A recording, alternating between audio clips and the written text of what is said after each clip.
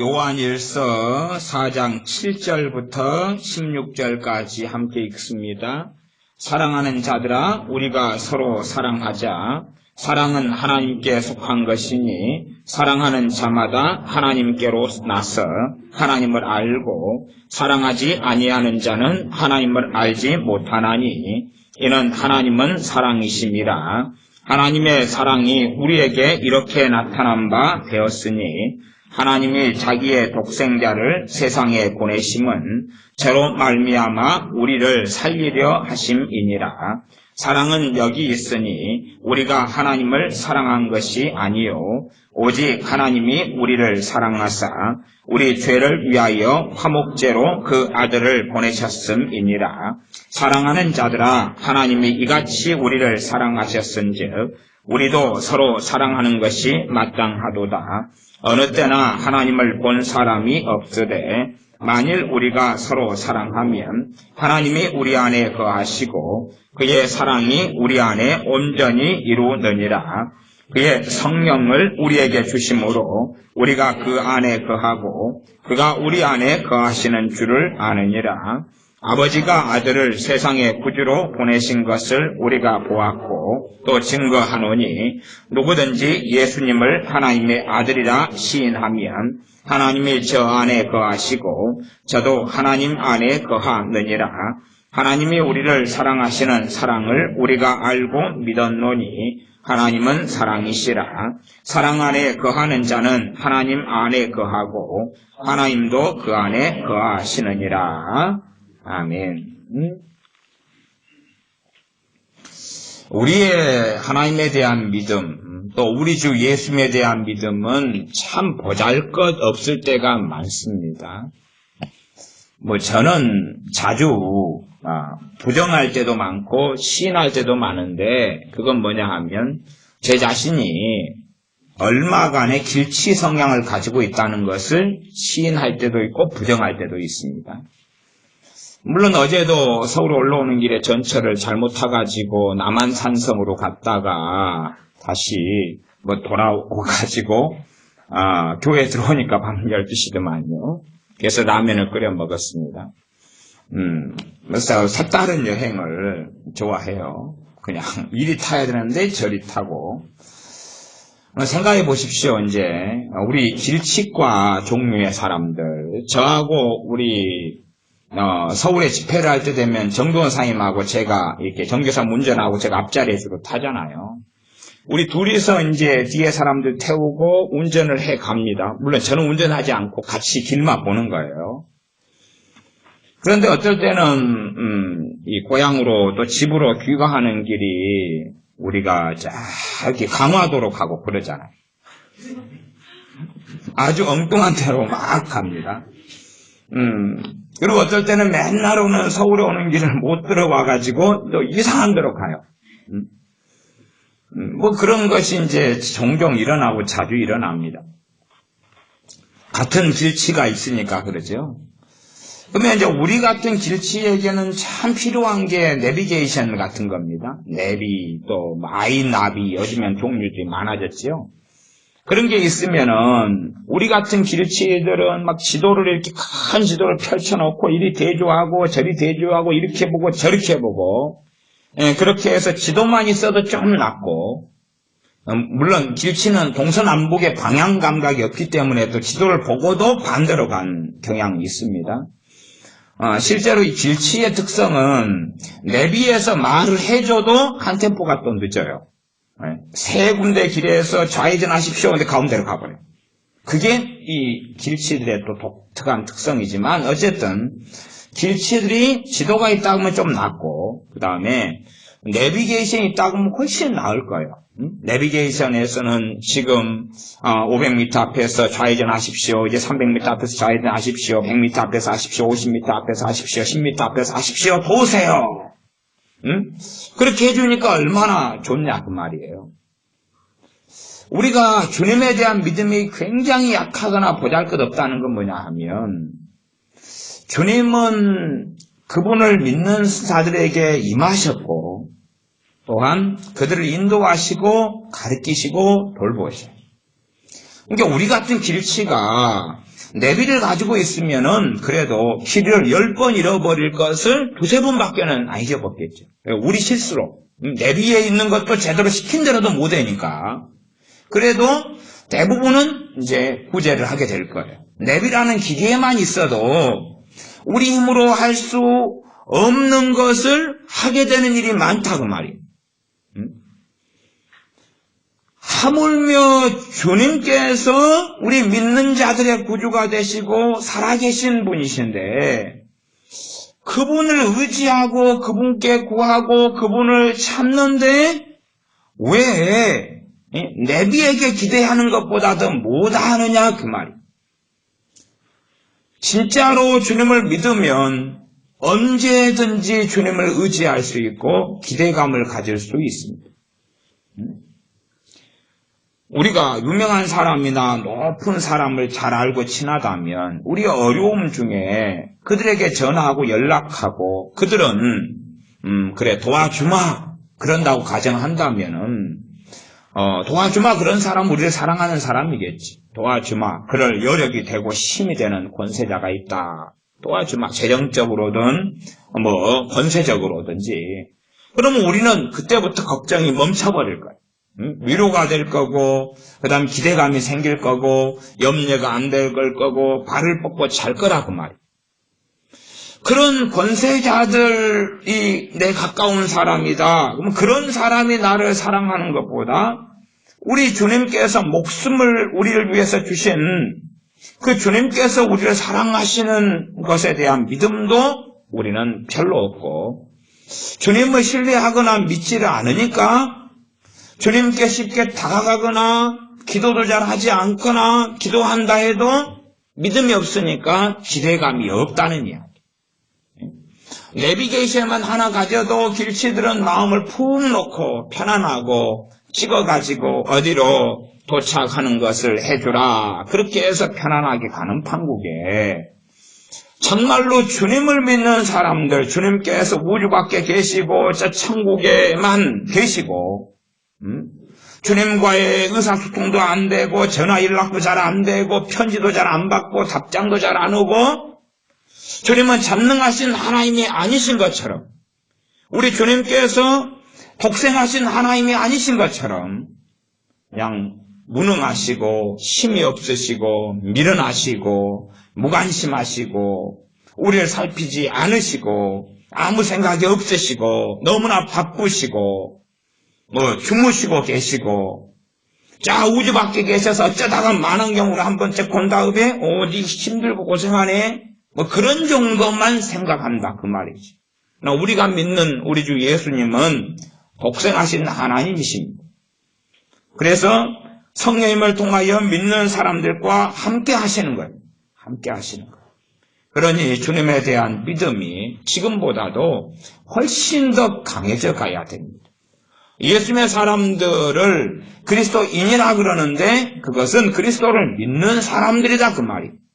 정말로 예수님을 어디까지 우리가 믿고 어디까지 신뢰하냐를 꼭 살펴야 됩니다.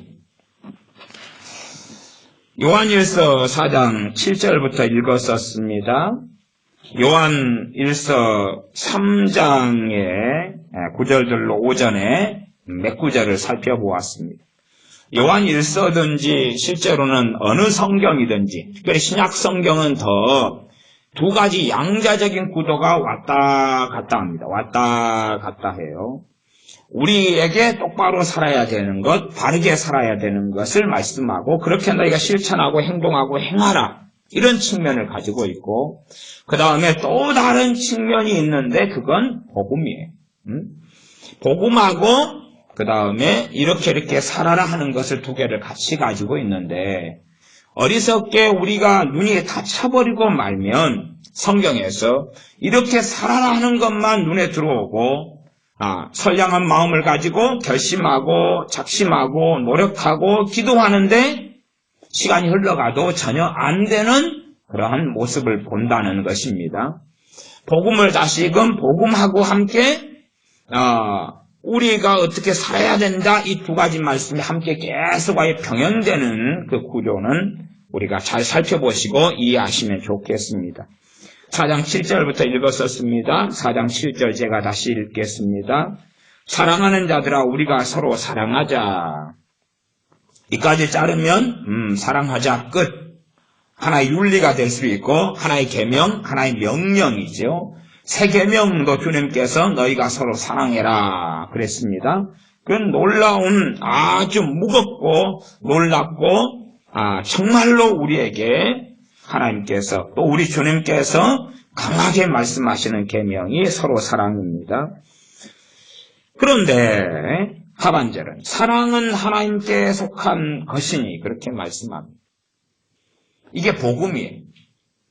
서로 사랑하자 그랬는데 사랑은 하나님께 속해 있으니까 하나님에게서 사랑이 공급되지 않으면 사랑할 수 있어요? 없어요? 없는 거예요. 정말로 생명 있는 사랑, 정말로 하나님이 기뻐하시는 사랑은 하나님께 속해 있는 거니까 하나님께서 우리에게 나눠주셔야 돼요. 그런다 해서 우리가 하나님이 줘야지 사랑하죠. 사랑 못하는 이유는 하나님이 안 줬기 때문에 그럽니다. 그건 성경적으로 안 맞는 이야기입니다. 안 맞는 이야기고 우리가 정말로 하나님의 사랑을 깨닫고 알고 믿고 그렇게 할수록 하나님의 사랑이 들어온다는 사실이에요. 많은 사람들이 하나님의 사랑을 믿는 것 같이 보이지만 실제로 믿는다면 생활과 삶 가운데 그 하나님의 사랑의 열매가 나타난다는 사실. 하나님이 날 사랑하시는 뭔가가 있어야지 사랑한다 그럴 거 아닙니까? 물론 이제 복음에서 제시하시는 하나님의 사랑이 있고 그 다음에 그걸 기반으로 해가지고 우리의 삶 가운데 하나님께 사랑하시는 것 이렇게 두 가지로 구분할 수도 있습니다. 자, 읽어갑니다. 하반절 사랑은 하나님께 속한 것이니 하나님께 속했다. 사랑하는 자마다 하나님께로 나서 하나님을 알고. 이 구절을 성경은 참 문맥적으로나 성경을 잘 해석해야 됩니다. 이 똑같은 성경을 읽어도 얼마든지 잘못 해석하기가 쉬워요. 잘못 해석하는 일반적인 방법을 제가 이야기해 드릴게요. 사랑하는 자마다 하나님께로 나서 하나님을 알고 하면 우리가 이렇게 사랑하면 하나님 아는 자가 되구나. 이렇게 해석하면 이건 잘못 해석하는 거예요. 이건 행위적으로 해석하는 거예요. 행위적으로 해석하는 거예요. 사랑을 했네? 너 하나님을 아는 사람이야. 그러니까 너 하나님을 아는 사람이 되려면 사랑해. 이렇게 해석하는 일반적인 관점이 있어요. 그 일반적인 관점인데 유감스럽게 그것은 잘못된 해석이 됩니다. 지금 앞에 말씀은 사랑은 하나님께 속한 것이라고 말씀했고 사랑하는 사람마다 하나님께로 나서 하나님을 안다 그랬어요. 그러니까 하나님이 사랑이시고 그 사랑을 우리가 받아 누려요. 그 사랑이 우리에게 들어오죠. 들어온 다음에 사랑이 되어져 간다 그 말이에요. 되어져 가니까 결과론적으로 너 안에 하나님의 사랑이 있는 거구나. 그렇게 아는 거죠. 지금 제가 전자하고 후자 설명한 것이 잘 이해가 안 되시면 카페에서 또 들으세요. 지나가겠습니다. 대부분은 결과론적으로 내가 행위로 형제를 사랑하고 서로 사랑했더니 너 내 백성 맞아. 너 믿는 사람이야. 그렇게 생각하는데 성경의 순서는 그게 아니란 이야기예요. 역순입니다. 역순. 우리가 부지런히 잘 살고 깨끗하게 살아가지고 구원을 받고 하나님의 자녀로 인정받는 게 아니고 하나님의 자녀로 태어나가지고 자녀의 삶과 길을 걸어가는 거예요. 그러나 어떤 사람은 하나님의 자녀로 거듭나고 태어나가지고 이제 배교자의 길을 걸어가고 하나님을 사랑하지 않고 형제를 사랑하지 않고 주님을 사랑하지 않고 주님을 따르지 않는 길로 걸어가가지고 어느 때에 주님께서는 너하고 나하고는 관계가 없다. 그런 길을 걷는 것이. 그래서 우리가 바르고 깨끗하게 의롭게 살아가지고 너는 내 자녀야. 그러는 방식의 이 종말론이 굉장히 많고 강해져 가는데 그렇게 가봐야 계속하여 하나님의 은혜는 사라져가고 성령의 역사는 사라져가고 자기 열심만 남고 시간이 흘러가도 참담한 결과만 나타나고 끊임없이 또 다른 미혹 속에 살아갑니다. 어떤 미혹이겠습니까? 어떻게 하면은 어떠한 더 좋은 방법을 통해서 더 깨끗하고 옳고 바르게 살 것인가를 제시하는 것에 귀를 쫑긋하죠. 그러나 참으로 우리가 하나님 앞에 바르게 살아갈 수 있는 모든 능력의 원천은 우리 주 예수 그리스도의 십자가가 되는 거예요. 그것만이 능력의 원천인데 또 다른 방법을 설명하죠. 그 중에서 일반적인 것은 기도 생활을 통해 열심히 기도해가지고 주님 앞에 선다. 열심히 헌신해서 선다. 아니면은 100% 순종해가지고 주님 앞에 선다. 성경을 암송하고 열심히 읽어가지고 주님 앞에 선다. 자기 사명을 잘 감당해가지고 주님 앞에 선다. 중보기도를 많이 해서 주님 앞에 선다. 이렇게 가는 거예요. 결국은 주님 앞에 서기 위해서 자기 행위, 자기 행동에 초점을 맞추게 되고 어그러진 방향으로 시간이 흘러가면서 심각하게 걸어가는 경우가 많습니다.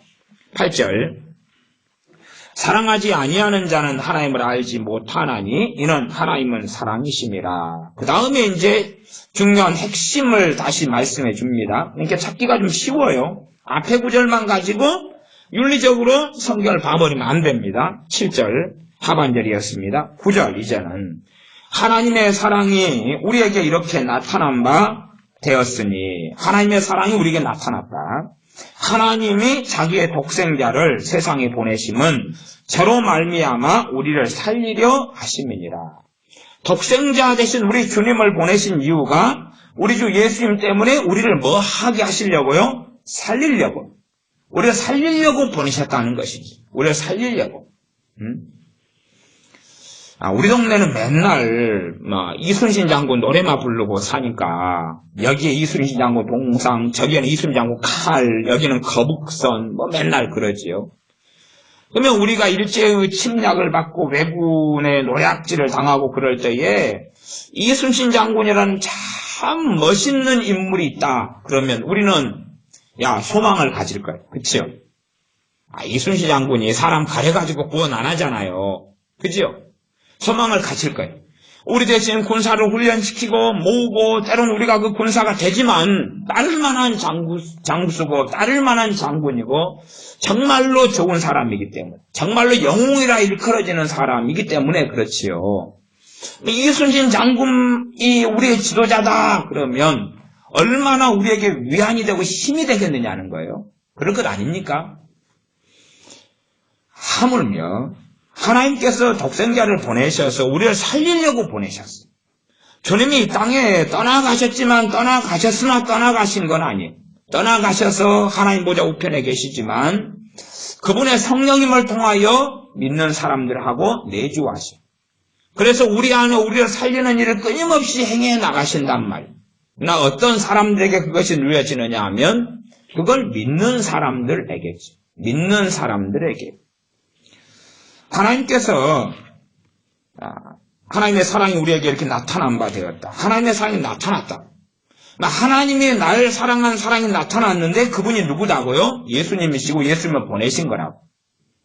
우리가 하나님의 사랑을 체험하는 가장 중요한 뿌리가 있다면 일단 여기서 출발해야 되는 거예요.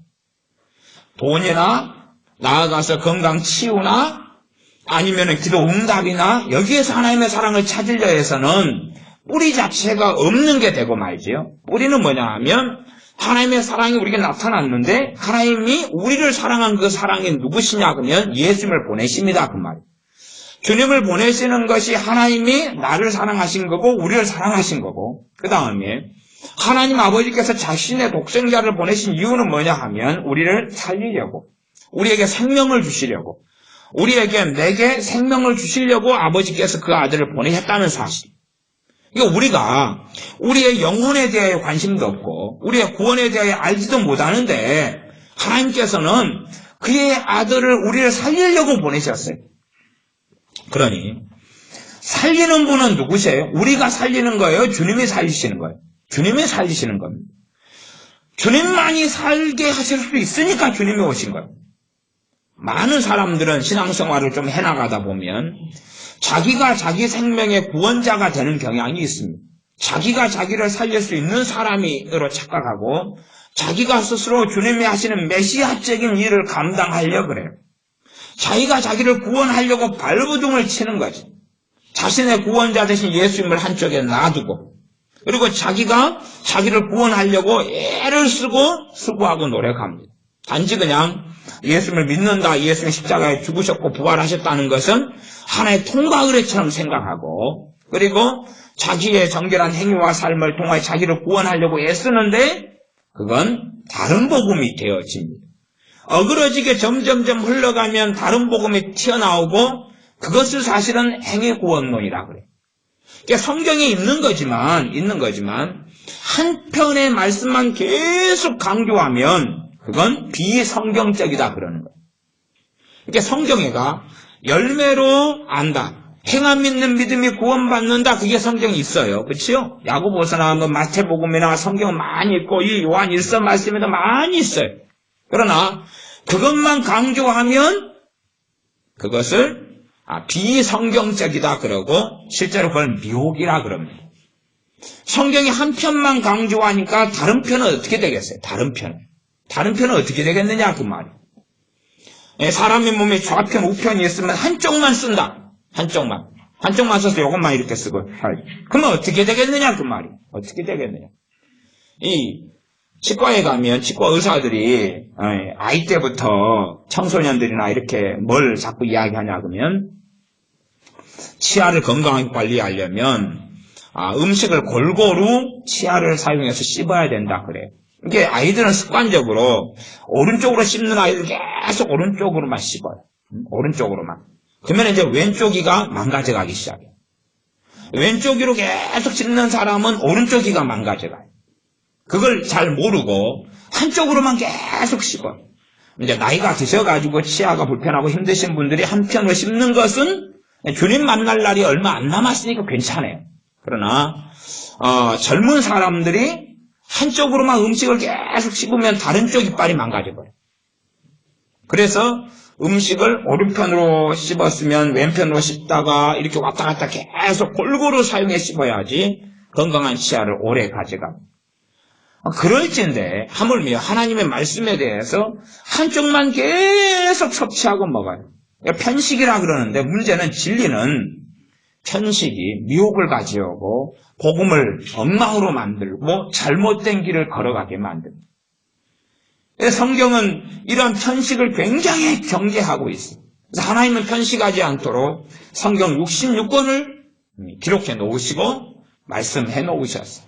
그러나 사람들은 이 66권을 공평하게 혹은 66권을 다 보지 않더라도 66권에서 말씀하시는 주제들이 다를 거 아니에요? 중복되고 겹치고 다를 거 아니에요? 그러면은 때로는 뭐 교만이다 그러면은 교만을 66권에서 다 말씀하잖아요.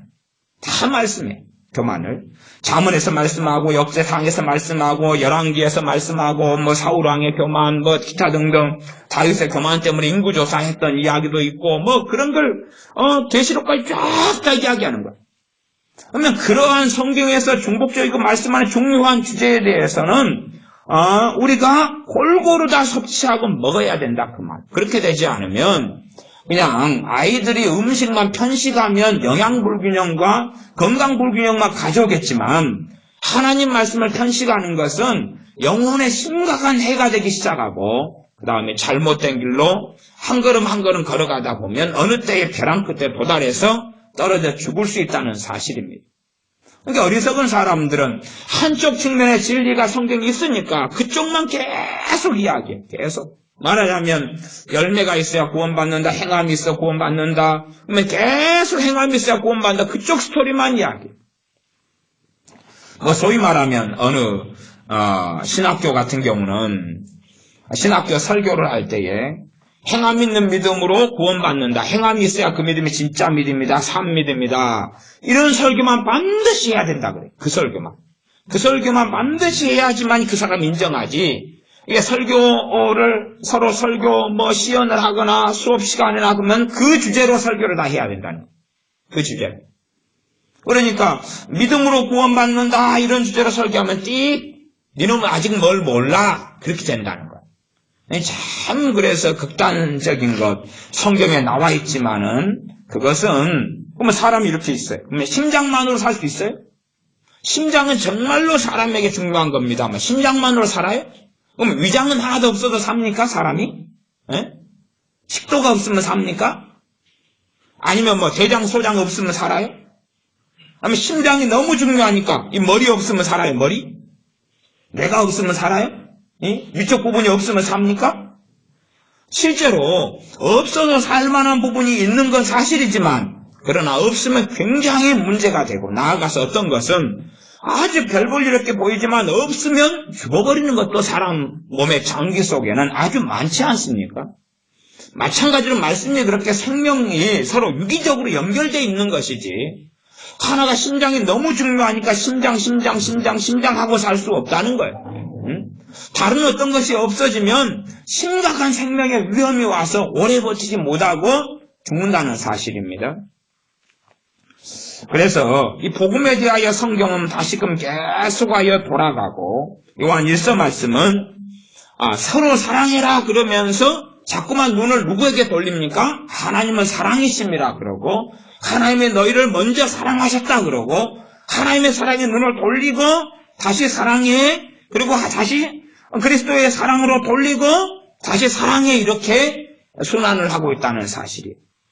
우리가 사랑하려면 하나님의 사랑을 우리가 믿고 받아들이고 누리고 그 속에 살 때에야 사랑하는 삶이 사실상은 가능해져 갑니다. 그렇지 않으면 사랑하는 것처럼 보여도 자기 의의를 세우는 거예요.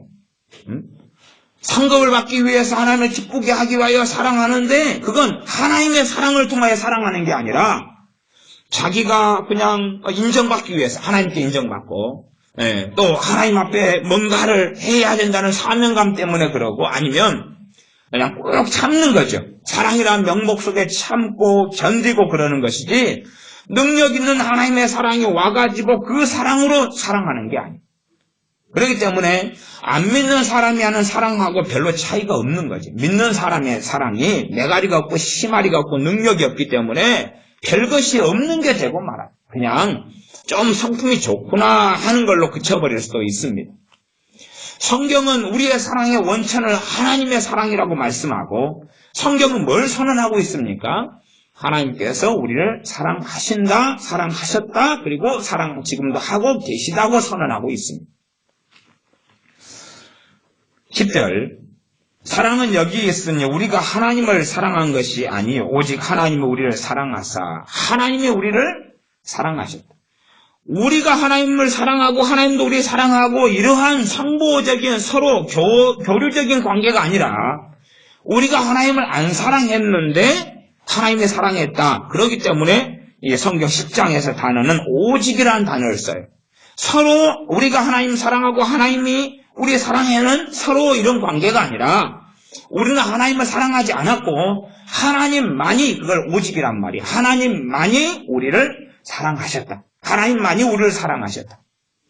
하나님의 사랑을 믿고 아는 모든 뿌리는 여기에 있습니다. 하나님만이 우리를 사랑하셨다. 그래서 10절 하반절에 우리 죄를 위하여 화목죄로 그 아들을 보내셨음이니라. 화목죄는 화목제물입니다.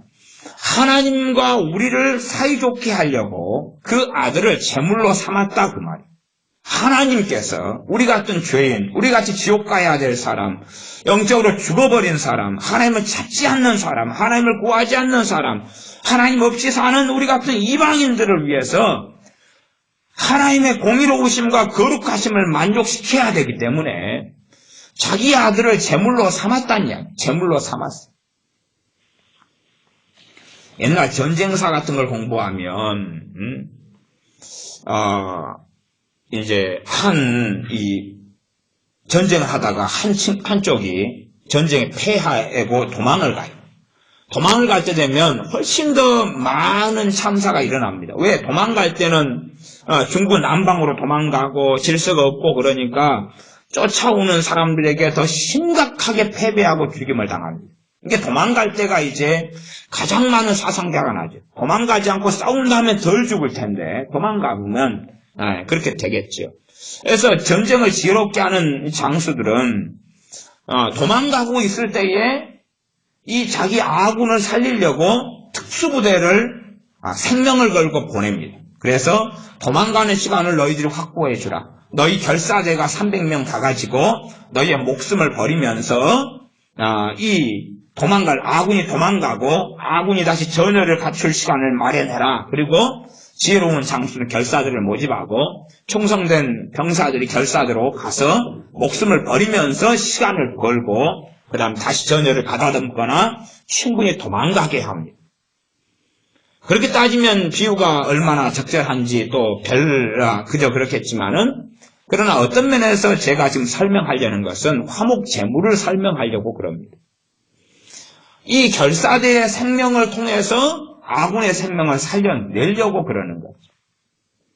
우리 주님께서는 전능하신 아버지께서는 자신의 아들 되신 주님의 생명을 내놓고 죄인된 우리를 살려내시려고 하셨고 또한 살려내시는 그 걸음과 일을 행하셨고 그것이 십자가의 사건입니다. 그것이 하나님의 사랑이에요. 그러니 그 하나님의 사랑을 내가 정말로 개인적으로 나는 받아들이고 믿는 사람인가? 단지 나는 20년 전에 믿었으니까 20년 전에 그 사실을 믿고 안 걸로 끝이다. 그러면 결코 안 되는 것입니다. 끝났다. 그러면 결코 안 돼. 내가 걸음마를 50년 전에 배웠으니까 이제는 걸을 필요가 없다. 그거다 똑같은 말이지. 나는 걸을 수 있으니까 지금 안 걸어도 돼. 말이 안 되는 이야기죠. 걷기 시작해서 계속 걸어야 되는 것입니다. 20년 전에 주님을 믿고 만나고 주님의 사랑을 누렸어요. 그러니까 이제 그때부터 다시 그 사랑을 상고하고 그 사랑 속에 들어가고 주님의 그 십자가의 사랑을 다시 묵상하고 죽을 때까지 그 걸음을 걸어야 되는 것이라는 사실이에요. 그래야지만이 우리가 두 발로 서서 하나님을 영화롭게 할 수 있습니다. 우리 죄를 위하여 하나님이 우리를 사랑하사 오직 하나님 우리를 사랑하사 우리 죄를 위하여 화목 제물로 그 아들을 보내셨다. 우리 주 예수님께서 하나님과 우리가 화목하게 하는, 왜 화목되지 못합니까? 우리 죄 때문에. 우리가 너무 못돼 처먹었으니까. 우리가 너무 악하니까. 우리의 행동으로는 절대 구원받을 수 없으니까. 구제불능이니까. 그래서 그 아들을 제물로 삼아가지고 우리의 죄를 용서하고 깨끗게 하시려고 행하셨습니다. 십자가의 사건을 단행하셨고 영원한 속죄를 이루셨습니다. 그러함에 그 하나님의 사랑을 우리는 묵상해야 돼요. 현실적으로 돈, 현실적으로 기도 응답, 현실적으로 건강, 거기에서 하나님의 사랑과 능력과 살아계심을 체험하려면 오히려 더 이 뿌리가 중요한 거예요. 여기에서 내가 하나님의 사랑을 누리고 체험하고 그 속에 머물러야지만이 이제 거기에서 계속 번져 나오는 것이 치유의 복음이에요. 거기서 번져 나오는 것이 우리의 삶 가운데 하나님께서 그 사랑을 통하여 응답하시는 기도 응답의 열매가 나타나는 거예요. 그 사랑에 내가 목매지 않고 아버지 하나님의 사랑을 내가 절절히 체감하지 않고 거기에 내가 주목하지 않는다면 과연 우리가 믿음으로 하나님께 기도할 수 있을 것이냐? 그럴 때에 저는 거의 그렇게 할 수 없다는. 아니, 근원적인 하나님의 명백하고 놀랍고 가장 온 우주, 온 역사를 다 뒤져도 가장 위대한 하나님의 사랑에 우리가 감격하거나 주목하거나 무관심하거나 그걸 받아들이지 않는데 도대체 그 어떤 것에 대하여 우리는 기대감을 품고 하나님의 사랑을 받을 수 있겠느냐는 것입니다. 그런 것이야 잠깐의 기도응답을 받을 수 있겠지만 그러나 또 우리의 마음은 갈대처럼 흔들려 버리고 말 것입니다. 11절 사랑하는 자들아 하나님이 이같이 우리를 사랑하셨은지 우리도 서로 사랑하는 것이 마땅하도다. 이제 뒤쪽에는 우리가 서로 사랑하는 게 마땅하다 그랬고 앞쪽에는 뭘 이야기합니까? 하나님이 이같이 우리를 사랑하셨은즉 그잖아요. 하나님이 이처럼 우리를 사랑하셨은즉 그러면 그 사랑을 이제 우리에게 복음으로 선포하고 말씀해요. 그럼 우리가 그 사랑을 믿고 받아들여야 되죠. 하나님이 우리에게 하신 그 사랑을 우리는 개인적으로 다 받아들여야 됩니다. 개인적으로. 공동체적으로 사랑했다, 인류를 사랑했다가 아니라 우리를 사랑했는데 나를 사랑했다는 것을 우리가 믿고 개인적으로 받아들여야 됩니다. 우리의 행위에 근거하지도 않고 우리 아름다움에 근거하지도 않고 우리의 어떤 잘남에 근거한 게 아니라 그냥 우리를 사랑하신 거예요. 사랑하신 거예요. 그것을 우리가 받아들이고 그렇게 할 때에 우리도 서로 사랑하는 것이 마땅하도다 하는 삶을 살아갈 수 있다는 사실. 하나님의 그 사랑에 우리가 목매지 않고 거꾸로 서로 사랑하는 삶을 통해서 하나님의 사랑을 누려보려고 그러면 주객이 전도된 거고 바뀌어버린 거고, 기관차로 한다면은 앞에 있는 기관차 부분이 객차를 끌고 가는 것이 아니라 객차를 통해서 기관차를 끌고 가려는 어리석음하고 똑같이 되고, 말하고 마차가 있으면 마차를 통해 말을 끌고 가는 어리석음과 똑같이 되는 것입니다. 마차를 통해 말을 끌고 가려면 승객이 내려가지고 그 다음에 거꾸로 이제 승객이 마차를 질질 끌고 가고 말은 뒤에다 매달아 놓겠지요. 그러면 어떻게 잘 나가겠습니까? 승객들이 돈 주고 탈 것 같아요? 열받아가지고 마법 따기를 때려버리겠죠. 정말로 바른 것은 말이 마차를 끌고 가고 기관차가 객차를 끌고 가는 것처럼 하나님의 사랑을 우리가 거기에 주목하고 그 사랑을 받아들이고 그 사랑 속에 있을 때에 사랑이 가능해져 갑니다. 용서가 쉽고 용서가 가능해져 가는 것은 우리의 행위에 근거하거나 심지어는 우리의 회개기도 때문에 용서받는 게 아니라 주님의 십자가 때문에 용서받는 것이고, 주님의 십자가로 인하여서 내가 용서받고 우리가 용서받는 것에 주목을 해야지만이 용서하는 삶을 걸어갈 수 있게 됩니다. 주님께서 나를 용서하시는 것을 제대로 못 느끼는 사람은 그만큼 용서가 어렵고 용서가 잘 되지 않아요. 어떤 사람이 예수님을 믿은 지 오래됐다. 그런데도 한을 품고 있고 원한을 품고 있고 미움을 품고 산다면 그 사람은 우리가 어떻게 볼 때는 그는 복음을 잊어버린 사람이고 그 사람인 주님의 용서를 버려버린 사람이다. 그렇게 말할 수도 있습니다. 그 주님께서 나를 용서하기 위하여 십자가의 그 피를 흘리셨다는 것을 망각하거나 부인해버리거나 잊어버렸기 때문에 용서가 어려운 겁니다.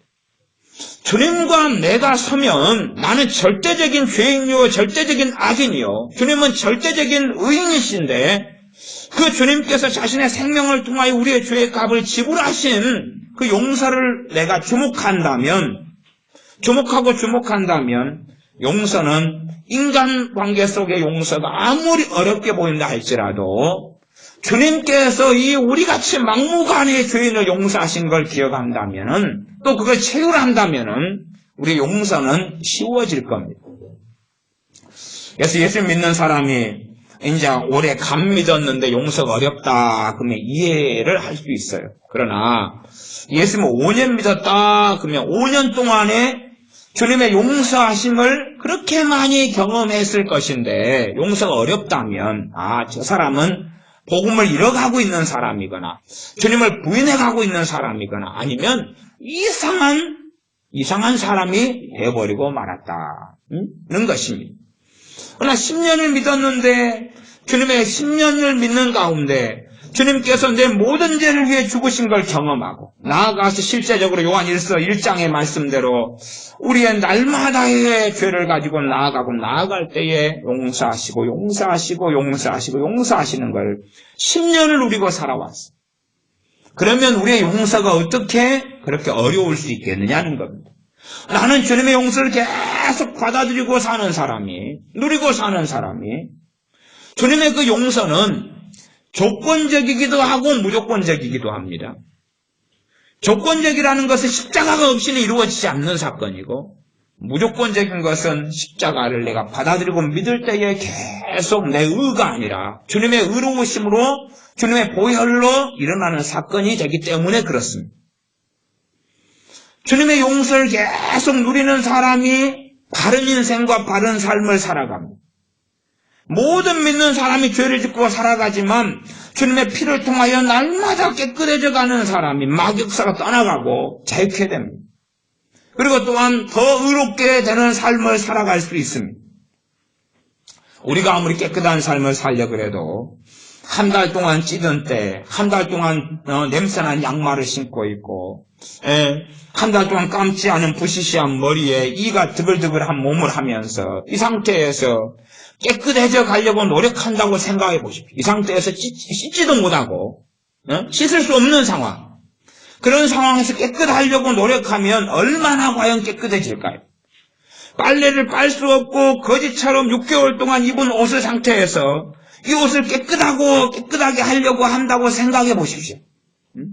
어떻게 깨끗하게 되겠습니까? 6개월 동안 빨지 않고 씻지 않고 더러운 상태에 있어서 온갖 세균이 오염될 거고 병이 쉽게 걸릴 거고 그럴 것 아닙니까? 그러나 어떤 사람이 계속 그날 씻고 옷이 더러워졌는데 빨래하고 더러웠는데 빨래하고 그렇게 한다면 그 6개월이 지나도 깨끗한 사람, 그 6개월 동안 이 사람은 더럽히지 않으려고 흙을 안 받고 다니려고 애썼고 더러운 곳에 안 가려고 애썼고 그렇게 했지만은 6개월 동안 씻지 않았는데 어떻게 깨끗한 사람이 되겠어요? 그런 게 가능하겠습니까? 가능하지 않겠죠. 그러나 진흙밭에 뒹굴고 심지어 똥통에 빠지고 그래도 매일 씻는 사람은 6개월 지난 다음에 자리가 어떻게 되겠습니까? 누가 더 깨끗할 것 같습니까? 6개월까지 필요 없죠. 열흘만 테스트해도 뻔한 것 아닙니까? 열흘만 테스트해도. 오늘 똥통에 갔다 와도 샤워하고 씻고 다 하고 그냥 멀쩡. 그죠? 멀쩡하고. 어디 뻘밭에 뒹굴어도 진흙밭에 뒹굴어도 머드팩을 전신에 다 해도 그 다음에 멀쩡해지죠. 씻으니까 깨끗하죠. 하루 이틀 열흘 지나도 깨끗해요. 그냥 깨끗해요.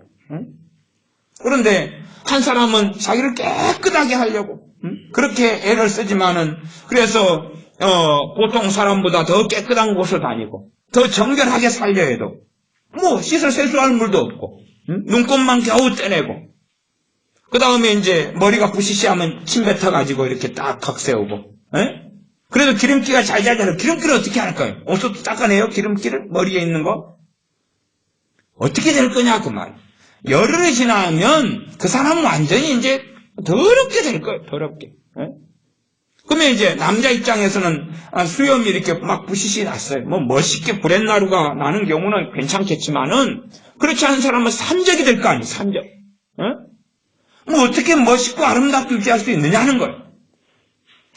정말 예수님의 사람들은요, 날마다 그 사랑에 의지해서 주님의 피에 자기를 씻는 사람들. 그런 사람들은 항상 깨끗하게 살 수 있는 거예요. 깨끗하게.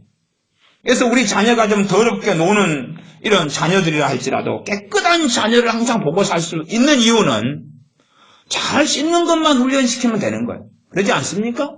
잘 씻으면 돼요. 얼른 손 씻어라, 발 씻어라, 머리 감아라. 잘 씻으면 아무리 더러운 곳에 뒹굴더라도 깨끗해지는 거예요. 그건 상식적인 이야기 아닙니다. 정말로 예수님의 사람들이 주님의 그 사랑을 믿고 아버지의 그 사랑을 믿는다면 아무리 더러워도 주님께 나아가서 다시금 그 영원한 속죄의 피에 자기를 씻을 거예요. 주님의 십자가에서 자기를 날마다 깨끗하게 할 거예요.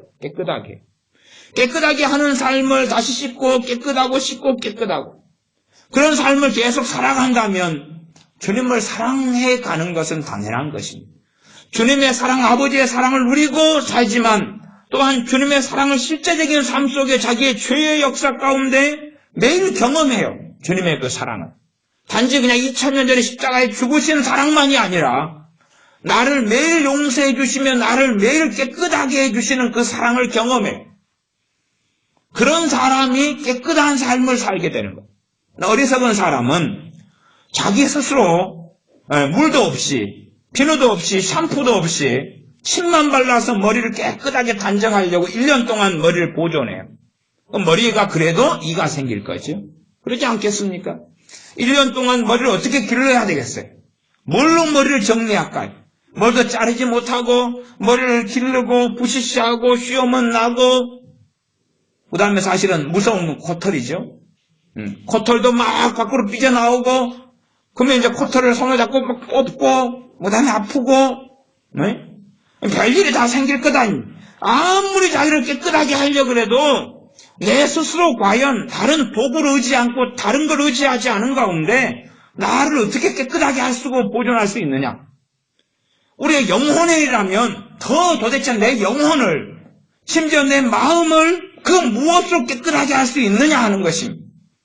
주님만으로 깨끗하게 할 수 있습니다. 주님께서만이 깨끗하게 하실 수 있고 주님으로만 깨끗하게 할 수 있습니다. 그 사람이 십자가로 사는 사람이고 복음으로 사는 사람이고 주님으로 사는 사람이고 그런 사람이 사랑의 삶이 가능해지는 거예요. 그런 사람. 그러지 그렇게 매일 주님의 사랑을 누림이 없이 내가 사랑하는 삶을 산다고 작정해봐야 그건 자기 의가 되는 거예요. 아니 주님은 나를 집거리만큼 사랑했는데 나는 주님을 위해서 주먹밥만큼 그냥 주먹밥만큼 주님을 사랑했습니다. 그러니 뭘 내놓으셔야 될 것 아닙니까? 나는 이렇게 희생했고 나는 이렇게 헌신했지 않습니까? 실제로 우리는 이 그냥 한 지구만큼 주님의 사랑을 누리고 산다면 우리가 사랑하는 것은 그냥 이 건물 정도만 사랑하는 거예요. 건물 정도만.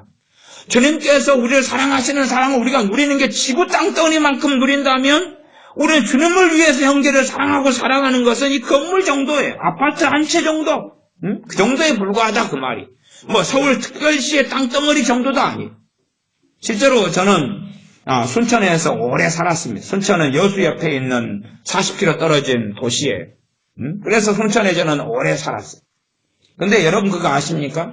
제가 오랫동안 살았던 순천이 서울특별시의 1.3배가 된다는 것이에요. 여러분은 서울이 넓다고 살잖아요. 제가 살았던 순천은요, 이 서울보다 1.3배가 더 커요. 좁은 동네 사시는 분들은 생각이 좁죠. 저는 그 넓고 광대한 순천에서 오래 살았다 그 말입니다. 순할 순자, 하늘 찬자, 하늘을 따르는 동네에서 사는. 저는 그래서 옛날부터 큰 무대에서 살았어요. 여러분이 딱 네이버 검색해보시면 지도 검색해보세요.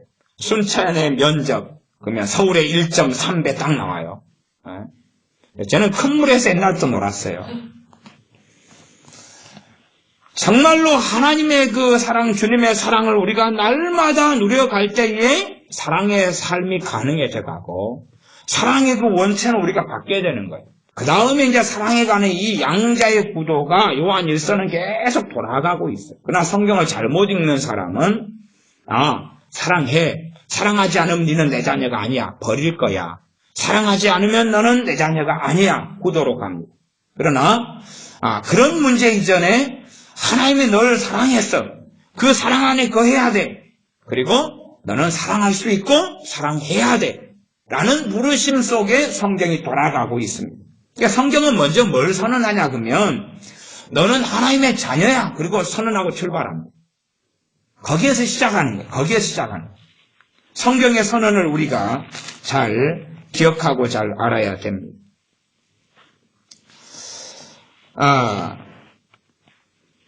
4장 2절로 돌아가 보겠습니다. 4장 2절. 4장 2절 하나님의 영은 이것으로 알지니 곧 예수 그리스도께서 육체로 오신 것을 시인하는 영마다 하나님께 속한 것이요. 그러니까 하나님께 속하는 방법을 이야기하는데 예수님께서 육체로 오셨다. 만왕의 왕 되심이 하나님의 아들 되신 독생하신 그분께서 사람의 몸을 입고 오셨다. 그럼 육체로 오셨다는 건 무슨 뜻입니까? 메시아로 오셨다는 이야기죠. 그리스도로 오셨다는 이야기. 우리를 구원하시기 위해 오셨다는 이야기. 그냥 맥없이 왜 오시겠어요? 맥없이 왜? 까닭없이 왜? 아버지 하나님께서 그 아들을 보내시겠어요? 유한한 인간으로 만드셔가지고. 육체로 예수님께서 임하심을 시인하는 사람이 하나님께 속겠다. 하나님께 속겠다는 말은 뭡니까? 하나님의 자녀가 되었다 그 말이죠. 앞에 읽었던 말씀 속에서도 그런 게 3장이었던가요? 오늘 말씀이 3장 1절 요한일서 3장 1절에 보라 아버지께서 어떠한 사랑을 우리에게 주사 하나님의 자녀라 일컬음을 얻게 하셨는고. 그러니까 하나님의 자녀가 된 것은 아버지의 사랑을 받아가지고 된 거라 그 말이. 우리의 행위 때문에 된 게 아니라 거기에서 하나님의 자녀가 된 것이 또 하나님께서 나게 된 것이 출발점이에요. 그래서 생각해 보세요. 하나님의 자녀가 아니면 기도 응답이 있어요, 없어요? 어쩌다가 하나님께 막 도와달라고 해서 받을지 몰라도 성경의 약속을 가지고는 기도할 수 있어요, 없어요? 하나님의 자녀가 아닌 사람은 성경의 약속이 자기 게 아니잖아요. 그잖아요. 하나님의 자녀가 아닌 사람이 주님께 주여라고 할 수 있어요, 없어요? 없잖아요. 예수님께 주여라고 그러면 네 누구요? 아이고, 주님 잘 알잖아요. 네 내 자녀 아닌데? 하나님의 자녀가 기도하는 거예요. 하나님의 자녀가 성경을 보는 거예요. 출발은 그거예요. 내가 하나님의 자식인 것을 내가 알고 믿는 게 출발점이에요. 많은 사람들은 출발점에 서지 않고 불법을 자행하려고 그럽니다. 운동 경기에서 100m 달리기를 하면 출발선에 심판이 세워요. 그리고 총을 들고 빵 그러거나 출발 그러면은 100m 라인에 출발점에 선 사람이 땅 그럴 때 열심히 달려갑니다. 그런데 한 사람이 100m인데 100m 선수가 자기 집에 있어요. 아침에. 자기 집에. 그래가지고 그걸 보고 있는 친구한테 전화해요. 언제 땅 출발하냐 나한테 이야기 좀 해고 전화 좀 걸어주고 문자 좀 보내주고 카톡으로 메시지는 알려줘. 그래가지고 땅 그랬다고 카톡 날라오니까 거기서 집에서 뛰는 거예요. 그러면 실격이에요? 합격이에요? 실격이잖아요. 왜 자기 집에서 뛰어요? 100m면 거기서 뛰어야지 뭐 나오는 거지. 아니 마라톤을 뛴다 해도 자기 집에서 뛰면 안 되죠. 출발선에서 뛰어야 되는 거예요. 다시금 내가 하나님의 아들이고 딸인 정체성 가운데 돌아와야 돼.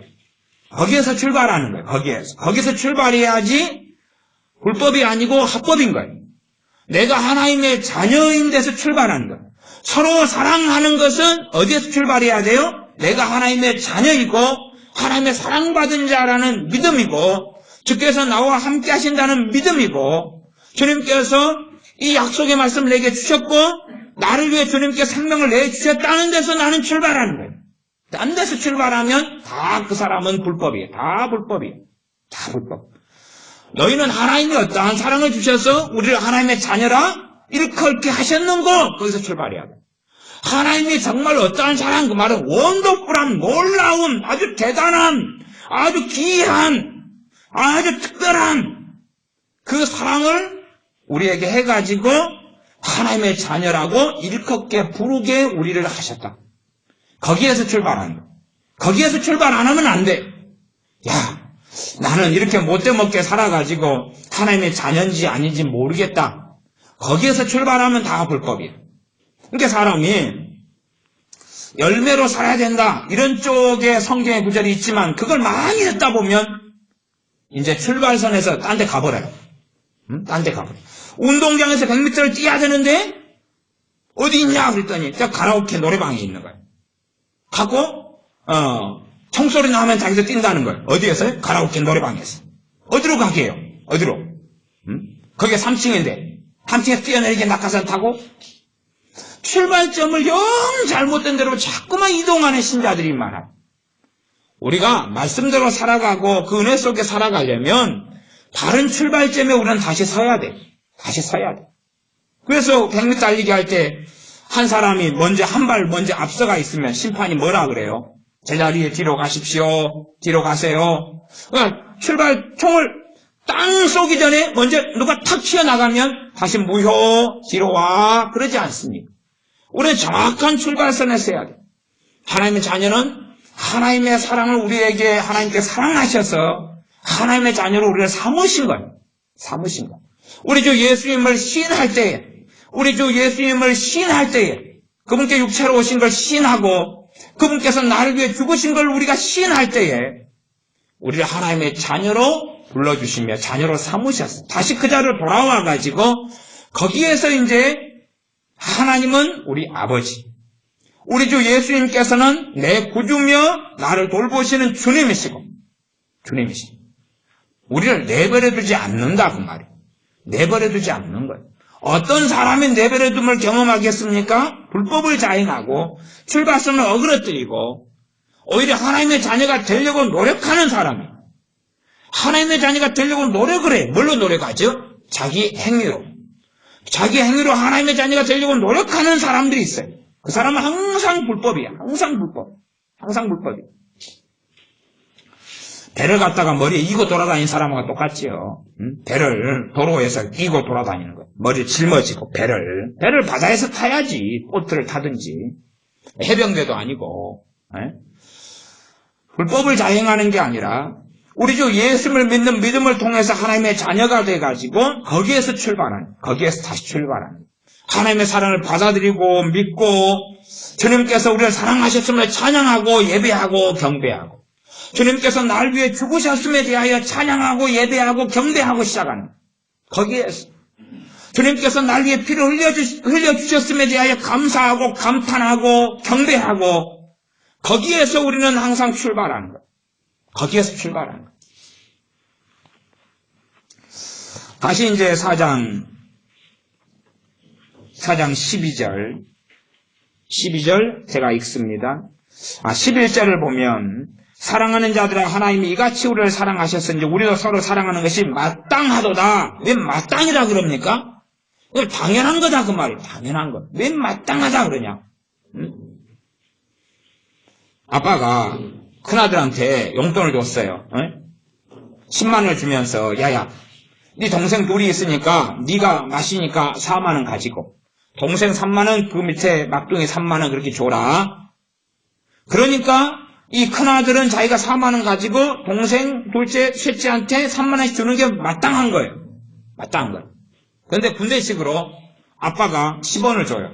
그리고 야야, 네가 4만 원 가지고 그 다음에 남는 거 동생들 나눠줘. 10원을 주면서. 그러면 아들이 마땅하지 않죠. 불법이다 그러지 아빠한테. 정말 마땅한 것은 하나님께서 우리에게 그 사랑을 부어주고 나눠주시면서 사랑해 이제 하시니까 당연한 거고 마땅한 거다 그 말. 그러나 그 사랑을 안 믿는 사람들은 그 사랑을 누릴 수 없죠. 그 사랑으로 살 수 없죠. 그래 사랑하는 삶의 열매를 맺을 수 없는 거예요. 그냥 인본적인 사랑은 그 비슷한 모양은 만들어내지만 그것도 불법이 되고 맙니다. 12절, 어느 때나 하나님을 본 사람이 없으되 만일 우리가 서로 사랑하면 하나님이 우리 안에 거하시고 그의 사랑이 우리 안에 온전히 이루느니라. 이 구절도 지금 전제는 뭘 전제로 합니까?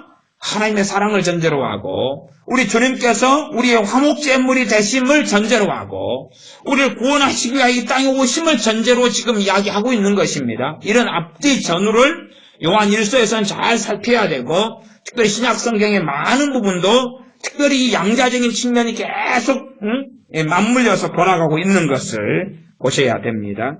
13절, 그의 성령님을 우리에게 주심으로 우리가 그 안에 거하고 그가 우리 안에 거하시는 줄을 아느니라.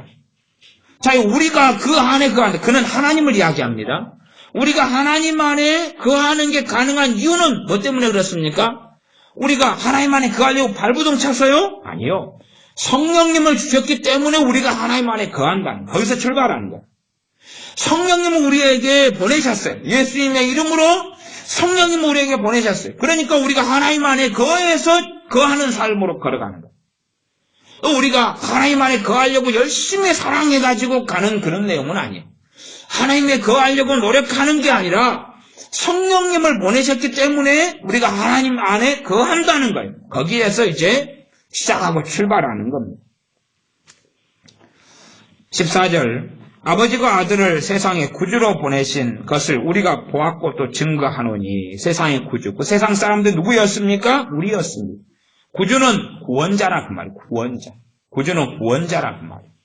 어떤 구원자입니까? 영혼의 구원자만이 아니라 모든 삶의 구원자가 주님은 되십니다. 영혼의 구원자만이 아니라 우리의 건강이 좋지 않을 때 우리의 치유자가 주님이 되십니다. 그래서 이 땅에 오셔서 주님은 끊임없이 사람들의 몸을 치유하셨습니다. 또한 악한 영에게 눌림받고 고통받는 사람들을 자유케 하셨습니다. 원수 마귀에게서 구원하시는 구원자가 누구십니까? 주님이십니다. 그 구원자는 우리 주 예수 그리스도이십니다. 마귀에게서 우리를 물리치는 구원자는 예수 그리스도가 되시는, 주님의 친히 물리치시는 것입니다. 물론 우리에게 성경은 마귀를 대적하라라고 명령하시지만 그럼에도 불구하고 정말로 우리에게서 마귀를 물리치시는 분은 주님이시다는 사실. 우리의 구원자, 모든 것의 구원자는 주 예수 그리스도십니다. 성경은 선언하고 있습니다. 그분은 우리의 구주시라, 우리의 구원자시라. 그 어떠한 일, 어떠한 것에서라도 구원자가 예수 그리스도가 되신다고 선언하고 있습니다. 15절, 누구든지 예수님을 하나님의 아들이라 시인하면 하나님이 저 안에 그 사람 안에 거하시고 그 사람도 하나님 안에 거하느니. 이게 출발이에요. 출발. 하나님 안에 거하는 것이 어려운 게 아니에요. 어려운 게 아니에요. 하나님 안에 거하는 것이 아주 쉬워요. 거기에서 출발하는 거예요. 하나님 안에 살려고, 하나님 안에 거하려고 발버둥 치는 게 아니라 성경은 정말로 간단하게 이야기합니다. 뭐라고 이야기하냐 그러면 예수님을 하나님의 아들이라 시인한다. 인정한다 그 말이죠. 인정한다. 시인한다. 인정한다. 어디에서 인정합니까? 우리 전인격이 인정하는 거죠. 우리의 마음이 인정하고 동의하는 거죠. 지적인 동의가 아니라 마음에서 정말 시인하는 거죠. 예수님이 하나님의 아들이시다고 시인하는 거죠. 그건 대부분의 믿는 사람이 다 잘하고 있지요. 근데 그 다음 구절을 못하고 있는 거죠. 내가 예수님이 하나님의 아들이라 시인하면 하나님은 그 사람 안에 거한다 그랬어요. 그럼 이제 그것은 이 말씀을 믿어야 돼요? 안 믿어야 돼요? 믿어야 되는 거. 믿어야 되는 거. 이걸 믿어야 되는데 예수님이 하나님의 아들인 걸 시인하고 하나님이 내 안에 거하는 것은 자꾸 증거를 찾는 거예요. 보고 믿으려는 거예요. 성경은 믿은 다음에 역사가 나타나는 건데 우리는 증거주의예요. 결과가 나타나면 믿겠나이다. 기도 응답을 믿어야지 그 다음 응답이 되는데 응답이 된 다음에 하나님 믿습니다 하려는 거예요. 빨리 응답만 해주시면 내가 믿겠습니다. 그러니까 성경은 아주 다르게 가는 거죠. 예수님께서 하나님의 아들이신 것을 우리가 시인하면 하나님 우리 안에 거하신다고 그랬어요. 우리가 예수님이 하나님의 아들이신 것을 우리가 시인하고 인정하면 우리는 이제 믿어야 돼요. 우리 안에 누가 거하시는 것을요? 하나님이 거하시는 것을. 그건 사람을 가리는 문제가 아닙니다. 너가 예수님이 하나님의 아들인 걸로 시인하지. 그런데 네 못해 처먹었네. 하나님은 너 안에 안 거하셔. 너는 조금 착하네. 근데 좀 점수가 2점 부족하네. 2% 2병 마셔. 그러면은 4점이 올라가지고 너 합격 받을 수 있을 것 같아. 그런 게 아니란 이야기. 그러니까 사람들은 하나님이 우리 안에 거하시는 이유를 자꾸만 우리 행위에서 찾고 있는 거예요. 그러나 우리 주님 때문에, 주님을 믿는 믿음 때문에 하나님이 우리 안에 거하시는 거예요. 우리 안에 거하시는 건 우리를 사랑하시기 위함이고 우리를 돌보시기 위함이고 우리를 붙드시기 위함이죠. 근데 우리는 자꾸만 우리 행위에 자꾸 의지하는 경향성이 너무 심해서 출발점을 이상한 대로 옮기고 맙니다. 성경은 이렇게 선언하기 때문에 누구든지 그렇게 말합니다. 누구든지라고 출발했어요. 15절이었습니다. 요한 1서 4장 15절 누구든지 그렇게 시작했습니다. 어떠한 사람이든지 조금 미달된 죄인이든지 많이 죄인이든지 누구든지 또 모든 악당이든지 간에 예수님을 하나님의 아들이라 시인하면 하나님이 저 안에 거하신다. 이건 믿음의 말씀입니다. 실제가 되지만 실제로 하나님은 그 사람 안에 거하시지만 전혀 그 사람이 믿음이 없다면 자기 안에 거하시는 하나님 아버지를 누릴 수도 없고 또한 그 은혜 속에 살아갈 수도 없을 겁니다. 저도 하나님 안에 거하느니라. 왜? 하나님 안에 실제적으로 거한다는 선언 속에서 거하는 삶이 사라져 갑니다. 16절입니다. 하나님이 우리를 사랑하시는 사랑을 우리가 알고 믿었노니. 하나님이 우리를 사랑하시는 그 사랑을 우리가 뭐 해야 됩니까? 첫째는 알아야 되고 두 번째는 뭐 해야 됩니까? 믿어야 된다. 알아야 되고 믿어야 된다. 하나님이 우리를 사랑하시는 사람을 알아야 되고 믿어야 된다. 아무런 열매가 보이지 않을 때라도 아무런 뭔가 증거가 없을 때라도 아무런 뭔가가 눈에 보이지 않고 잡히지 않고 들리지 않을 때라도 믿어야 되는 거예요. 도마는 보고 믿으려고 그랬죠. 그러나 주님께서 말씀하시기를 보지 않고 믿는 자들이 복되다고 말씀하셨어요. 우리는 보지 않고 믿는 놀라운 큰 복을 받은 사람들이 하나님께서 우리를 사랑하신다는 것을 우리가 알고 믿어야 됩니다. 하나님은 사랑이시라 알고 믿을 때 이제 그 사랑이 우리 안에 들어오게 되지. 사랑 안에 거하는 자는 하나님 안에 거하고 하나님도 그 안에 거하시느니라. 양자적인 측면을 다 이야기합니다. 하나님은 사랑이시라 사랑 안에 거하는 자. 그건 앞에 말씀이 어떻게 사랑이신 하나님 안에 거하는가를 이야기하고 있지 않습니까? 그 다음에 사랑하는 삶에 대한 말씀을 하고 있어요. 이게 다 함께 섞여가지고 돌아갑니다. 그러니까 성경을 이상하게 보는 사람이나 눈에 색안경을 끼는 사람들은 자기가 믿고 싶은 대로 성경은 보입니다. 왜? 성경은 그렇게 얼마든지 볼 수 있어요. 왜냐하면 이쪽 부분의 말씀과 저쪽 부분의 말씀과 저쪽 부분의 말씀 이렇게 서로 막 믹서되어 있기 때문에 자기가 보고 싶은 대로 다 보여요. 다 보여요. 응? 꼭 빨진 옷, 파남보 이런 무지개 색깔처럼 빨간색 보고 싶으면 빨간색이 있는 거예요. 거기. 이 파란색이 있으면 파란색 보고 싶으면 파란색 거기 있는 거예요. 그런 것처럼 성경은 자기가 보고 싶은 가치관과 눈대로 미혹된 사람은 성경을 보고 자기 미혹을 강화시키는 은혜를 받아요. 점점점 세져요. 자기가 믿고 싶은 대로 모든 구절이 다 보여요. 인간적이면 인간적인 대로 다 보여요. 그러나 성경을 정말로 객관적으로 말씀 있는 그대로 우리가 보고 돌아서야 됩니다. 여러분이 시간을 가지고 요한일서를 특별히 두 가지 부분이 믹서되고 움직이는 것을 제가 말씀을 오전과 오후에 걸쳐서 나누었습니다. 가운데 우리가 다시 바른 출발점에 서가지고 우리 주 예수님께서 우리의 화목제물이시고 주님께서 우리의 구주이시고 뻔한 이야기입니다. 뻔한 이야기. 하나님께서 그 아들을 믿는 사람에게 하나님께서 함께 거하시고 하나님께서 우리를 사랑하셔서 하나님의 자녀라고 우리를 불러주시고 거기에서 우리가 이제 기도할 힘을 얻는 거고 거기에서 하나님의 은혜 받을 준비를 하는 거예요. 하나님의 은혜 받을 준비를 내게서 은혜의 원인과 이유를 찾는다면 그 사람이 어디서 은혜를 받겠어요? 주여를 갖다가 1000번 외쳤으니까 은혜를 주셔야 돼요? 새끼 금식했으니까 은혜를 주셔야 돼요? 아니면은 헌금을 어떻게 냈으니까 은혜를 주셔야 돼요? 은혜를 받을 수 있는 근거는 주님밖에 없습니다. 아버지 하나님께서 우리를 사랑하셔서 하나님의 자녀로 삼아 주셨으니까 거기에서 은혜를 받을 수 있는 겁니다. 정말로 예수님을 잘 믿는 사람들은 배짱도 있어야 돼요. 배짱. 배짱. 하나님께 배짱도 튕겨야 될 배짱도 있어야 됩니다. 정확하게는 하나님께 복종하고 순종해야 됩니다만은 하나님의 은혜에 대해서는 배짱이 있어야 된다 그 말이에요. 나는 당연히 받을 수밖에 없는 사람이라고 요구할 수 있어야 된다. 담대하게 하나님의 은혜의 보좌 앞에 나가라 그랬죠. 담대하게. 담대한 이유가 나에게 있습니까? 주님에게 있습니까? 주님에게 있어요. 그런데 왜 자꾸만 자기에게서 이유를 찾아내는 불법을 자행하냐 그 말이에요. 어떻게 자기를 의지해서 담대하게 하나님께 나가려고 그러는데 담대하게가 됩니까? 돼요? 그게 안 되잖아요. 왜 자기를 의지해서 담대하게 나가려고 그러죠? 그냥 힘을 내가지고 나가자, 하자, 기도하자, 은혜 받자. 그런다, 불러, 그런다고 불이 임합니까? 요즘에 라이터 싸니까, 라이터 불로 머리를 꽂으려면, 불러 하면, 금방 타오릅니다.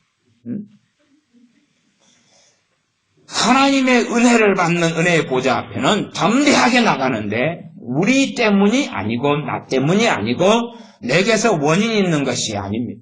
주님에게서 이유가 있고 근거가 있고 원인이 있어서 주님을 의지하고 주님을 신뢰하고 주님이 우리 화목제물이고 주님이 우리 구주시기 때문에 담대하게 나가서 은혜 달라는 배짱을 튕기는 것입니다. 그리고 당연히 받을 줄 아는 배짱을 튕기는 거지. 기도하겠습니다.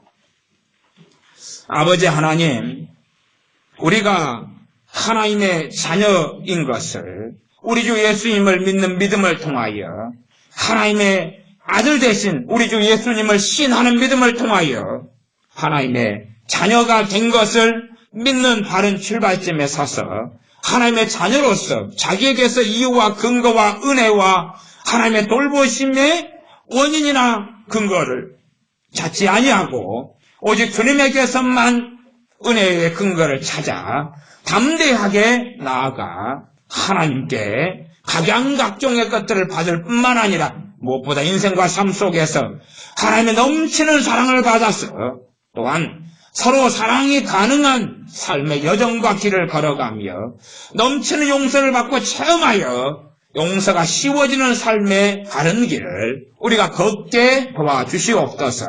예수님의 이름으로 기도하옵나이다. 아멘. 기도하겠습니다.